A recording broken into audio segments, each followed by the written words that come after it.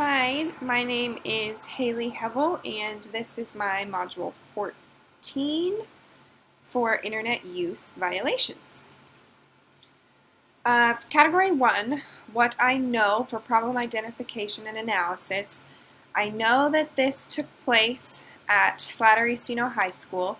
It's in an affluent area. The principal is Dr. Harvey Smith. He has been recognized as an amazing principal for the last 2 years, and this is a very prestigious school. The victim in the case is Miss Tate. She is a second-year teacher. She is highly qualified, completed her master's and an additional year of postgraduate work, and she teaches specialized science. Unfortunately, she is only a second-year teacher, and she has been having a lot of classroom management issues as of late. Students, parents, and teachers alike have complained that there are high stress levels in her class. Her class is too rigorous, and that students are not getting out of the class what they would like. In this case, there was an email sent to Miss Tate over the weekend that gave her a link that sent her to a Facebook page that was basically threatening her and kind of slandering her with posts. It was created with ill intentions against Miss Tate. At this point, we do not know the creator, but when asked about it, Miss Tate immediately named William Hall because he had been a troubling student in her class. What I need to know is, what are the school policies? Is this district one-to-one? Did this student do this on his device issued by the school? Is there a cyberbullying policy in place? Is there any sort of internet and harassment policy in place? When did it happen? Did this happen while the students were at school? Did this happen on school property, off of school property? And can we trace it backwards? Can we find out the source of publishing, who did it, from what computer it was done on? I also need to know the potential suspects.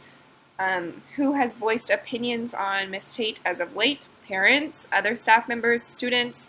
Who has spoken up and voiced their disgruntles? And then the IT department, I need to know, how can they help me?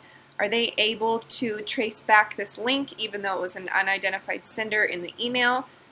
Can they figure out what IP address maybe this came from? What can they do for me? And I need to know how to move forward. If there are policies in place already, if I need to create policies, if this results in a suspension, what do I need to do to move forward?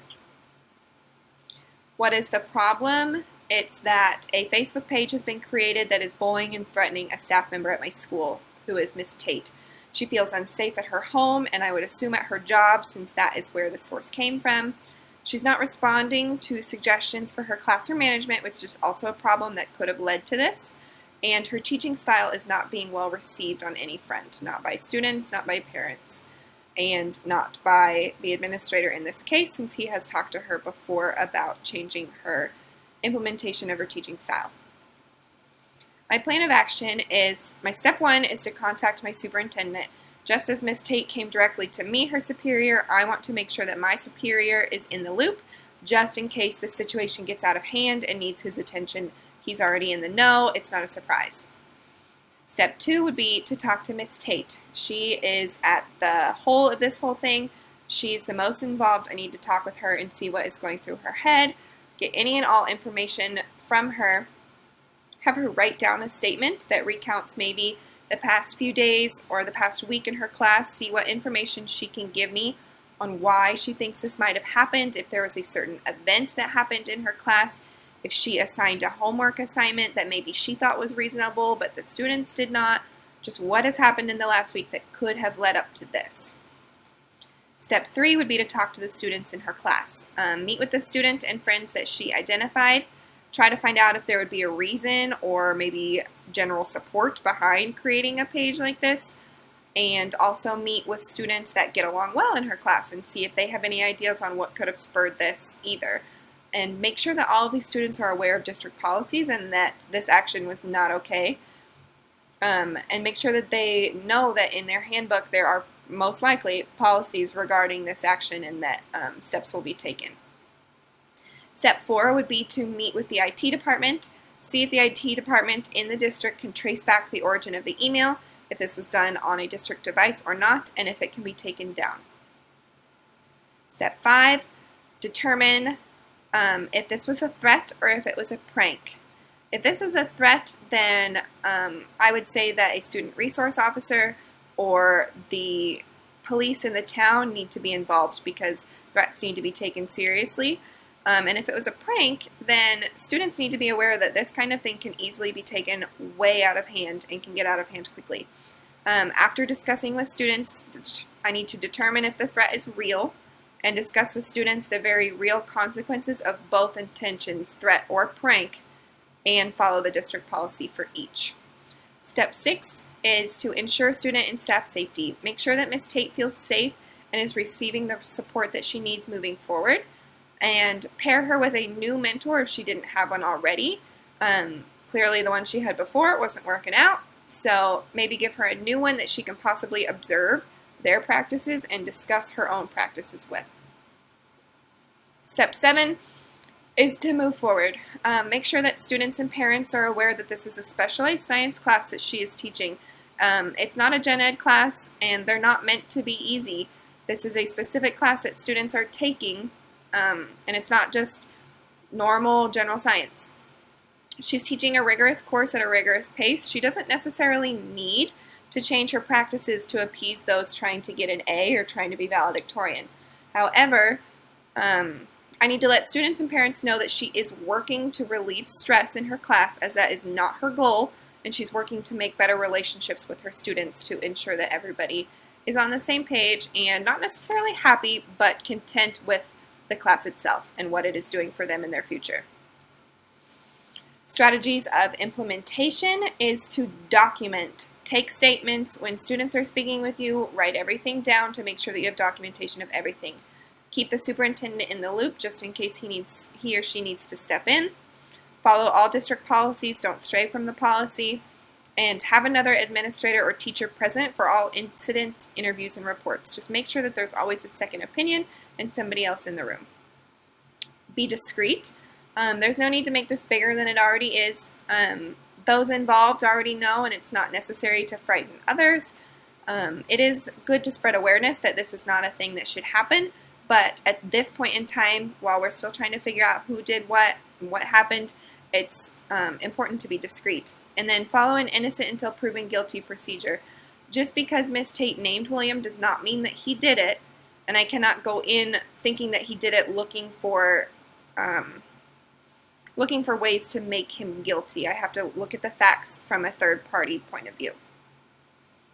Category 3 is to resolve the issue. What is best for the students? Safety is the first priority. With a teacher feeling uneasy about her safety, she cannot properly serve her students. If she doesn't feel safe at school, then she's not going to be able to teach to her best ability, so she needs to feel secure. And remove the threat from the classroom. So those students that are named involved probably need to be removed from her classroom, or things like this will most likely just keep happening. They can be placed in a different teacher's class or in a different course altogether, because they would eventually most likely interrupt student learning around them. And then make sure all students are aware of district policies and punishments and the legal consequences that could come of something like this. Category 3 is still resolve the issue. So the best case scenario out of this case is that the students are discovered, and this could be more than one student, not just one, but the email sender, the Facebook creator, the Facebook poster, and any commenters. We don't know if other people were commenting, liking, what was going on that Facebook page, but make sure that we get everybody identified that was involved, and then district and building policies are implemented. If there's a policy on threatening a teacher, misuse of technology, cyberbullying, all of those need to be administered and used correctly to solve this problem. And then make sure that safety of all is protected. Make sure that Ms. Tate feels safe and that just actions were taken, and that students feel safe that no harm will come to their teacher or them, because that will affect their learning and their success as well. Category 4, debrief and reflect. Through working this case, I thought about it a lot. I first put myself in Miss Tate's shoes, and I went through the case as I would as a teacher searching for answers in my own safety. Then I went through it as a student in her class. I thought about how the allegations and the threats against my teacher would affect me, and I thought about how I could best solve the case and make sure that everybody is supported and heard. Throughout this case, I felt upset, worried, frustrated, and nervous. I was upset that the students would do this to their teacher and would make poor decisions and put it on the internet. I was worried for the teacher's well-being and feelings of safety in her workplace, because nobody wants to go to work feeling like that many people dislike you and that are making threats against you. And I was honestly frustrated that students did not know better than this to do this to another individual. Students at my school I would expect to have integrity, and they did not act with that. I was frustrated that they lacked the respect for their teacher and their school. And I was also nervous for the choices that I made throughout the process, and if they were the right choices, how they would impact the school and the community. And then value. Through this process, I valued the safety of my students first, doing my job to the best of my abilities, and making sure that what I did was best for my students and staff. I often practiced servant leadership, so I valued putting others before myself and making sure that I was serving those involved to my best ability. This includes the victim, which is Miss Tate, and the perpetrators, which are those that created the email and the Facebook page, but making sure that I was serving them justly as well. Category 4, continued. What is left unsolved is why did this happen? What could have been done as preventative measures? And does Ms. Tate feel that the matter is resolved moving forward? What needs further investigation is, can policies be improved to better solve this situation in the future or even prevent it? And will improving Ms. Tate's relationships and classroom management help her reputation with students, staff, and parents? Will moving forward and helping her make a difference, or is this going to keep happening? Lastly, category 5, reflect. How did I promote success of every student by acting with integrity? I acted as a third party. I didn't get involved on either side. I didn't have too many feelings on either side. I made sure to thoroughly investigate all leads and potentials.